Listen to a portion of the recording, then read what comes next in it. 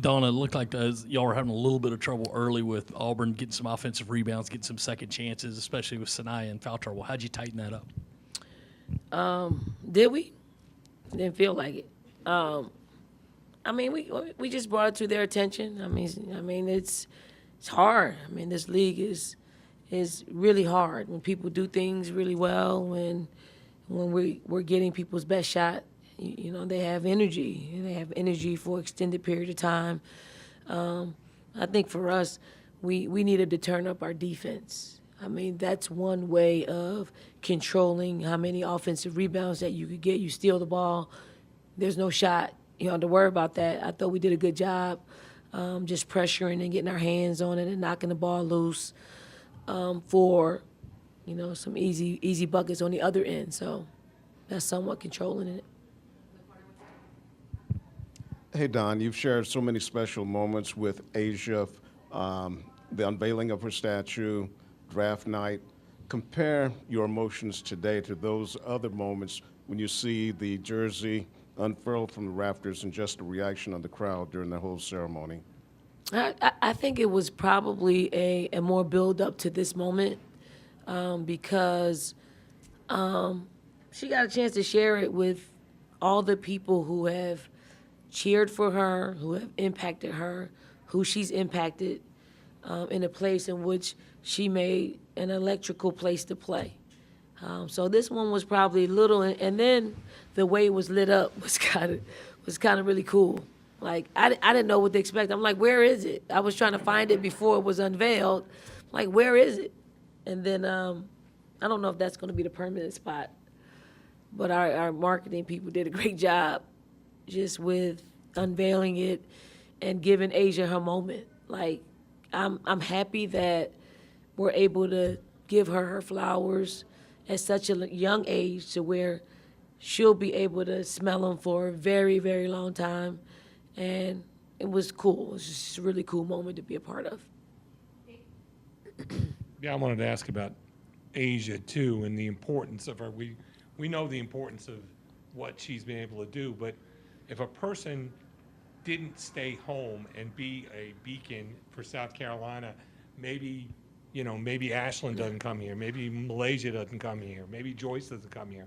I mean, she had to have that kind of influence on this state and basketball.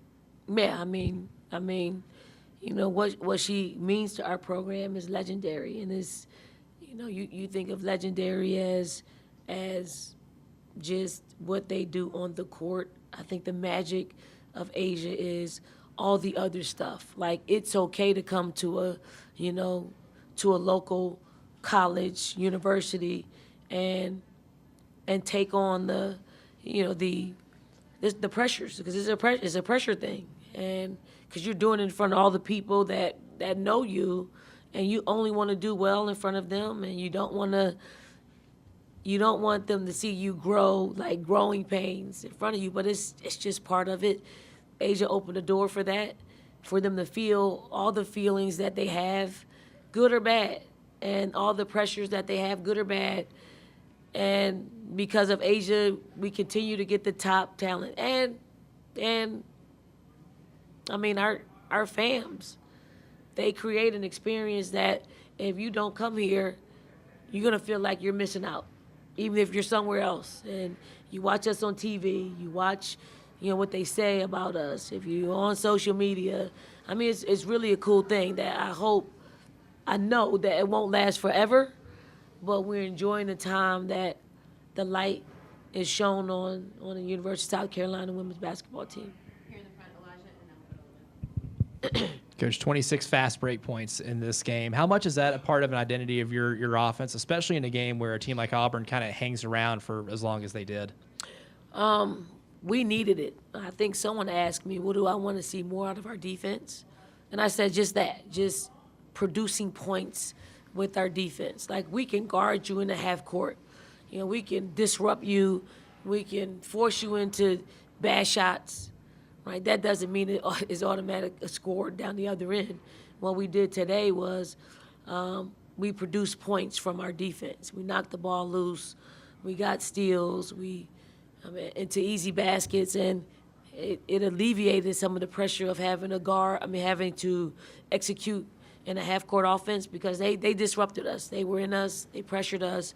They forced us out. They didn't allow us to just make, passes from point A to B to C. You had to find a way, and some of that was just having to go one-on-one.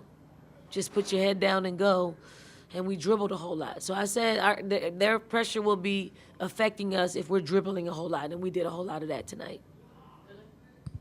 Going kind of exactly off of that, correct me if I'm wrong here, but I also felt like there was a little bit on South Carolina's end of just like not necessarily a lack of chemistry, just kind of like a weird, not really connected on offense in the half-court setting to begin with. Do you think that is what fueled a lot of the transition offense? And I guess if you noticed that, did you think it had anything to do, with Auburn's defense, or was more internal? Well, I think it had everything to do with Auburn's defense because we promote ball reversals, we promote passing the basketball. They stayed on it for the entire game. Like they made us go into our second, third, fourth options in our sets. If you saw a set out there, they made us go into our spread offense where we're just reading and reacting to how we're being guarded. We had to do a lot of that today, so it's not all that pretty, but their defense was pretty effective. So we found a way to win. We found a way to put 83 points on the scoreboard, not having to run basically a whole lot of half-court sets. Hi, Coach. So looking ahead, what areas do you feel like your team needs to improve upon in order to best prepare for your next 2 away games against Georgia and Texas? We got to find a way to box out. It's too many offensive rebounds for easy putbacks. I do think we need to continue to generate offense from our defense and by way of stealing it and going down to get some easy buckets. I do think we need to be able to handle the physicality a lot better. Like the next 2 games will be very physical basketball games, and we can't allow it to be disruptive as much as it was today. Yeah, Dawn, I saw right before the start of the second quarter you went up and checked on Mac Cradell, who was dealing with some medical attention. Any chance you got an update on his status? And 2, I know he's been around here forever. Just why was it important to go up and check on him? Yeah, Mac, Mac is family. I've known Mac for 17 years now. And and I just caught the end of it. I think he fell, and I think he was a little wobbly on his feet. And when I went over to him, he seemed okay, but our medical staff thought it'd be a good idea for him to get checked out. So I think he went over to the hospital, and I'll get a further checkup after I leave here. Coach, Joyce Edwards leading the team in scoring again. It seems like a lot of her buckets are coming somewhat easily for her. What is it she's doing that puts her in those positions to score with ease? There's cadence to offense. There is the ball finds who should shoot it.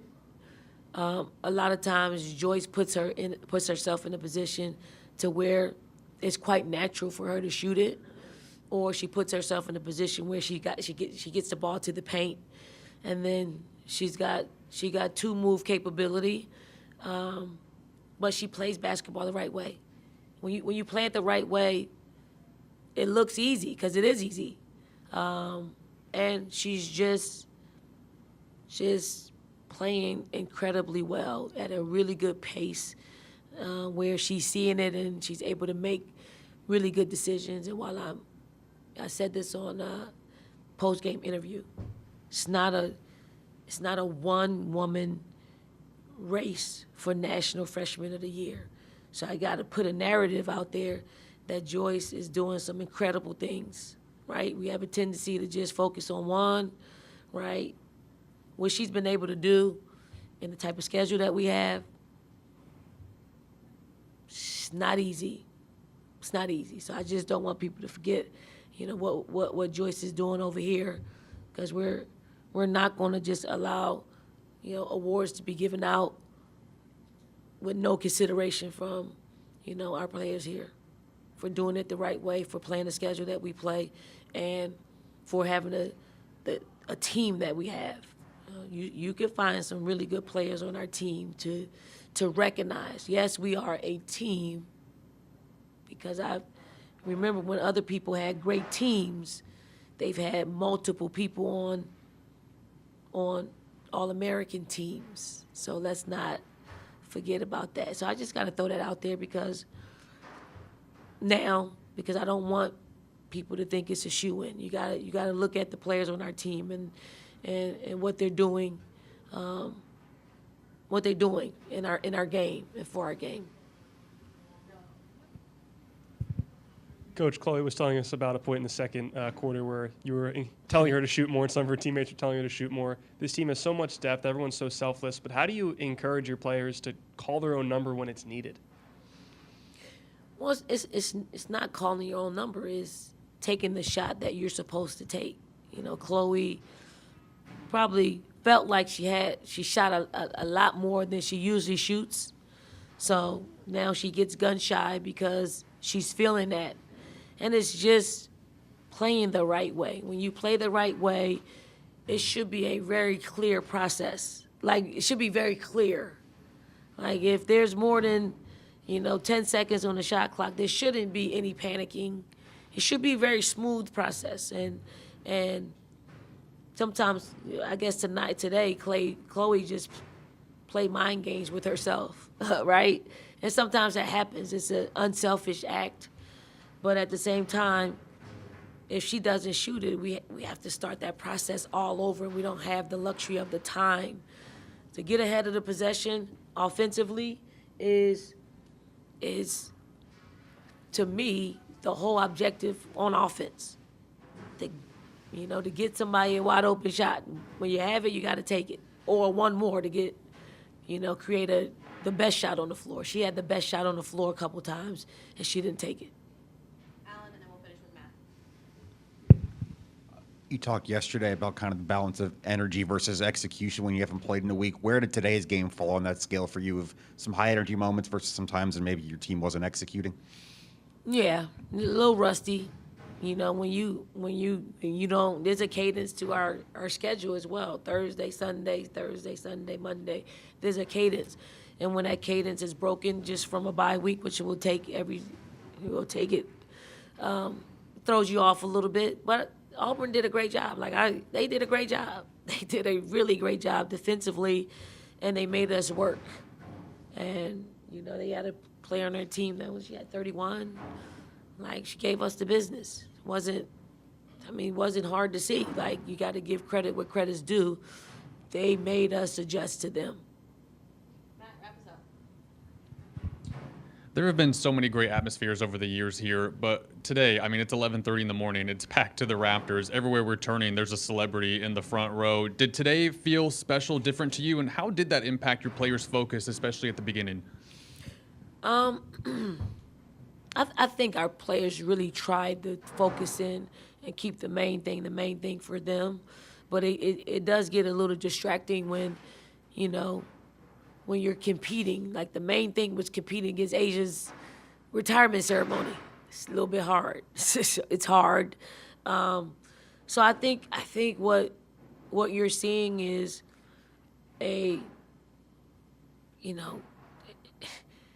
is women's basketball at its finest, meaning we're popular. People want to come and check it out. And if it's their first time coming, I think Wanda Sykes is here. If it's her very first time coming here and experiencing this, I'm sure she'll be back. I'm sure she'll be back. But it's super cool. I think Bam Adebayo was here. I don't know why. But it was great to have him in the building after he hit the game winner last night. So it's cool. It's popular. We need to, we need to recognize that too. We're at probably our most popular state, and it's a great place to be. We just want to continue to elevate our game and to be appreciated. Thank you, Coach. Thank you, everyone. Thank you.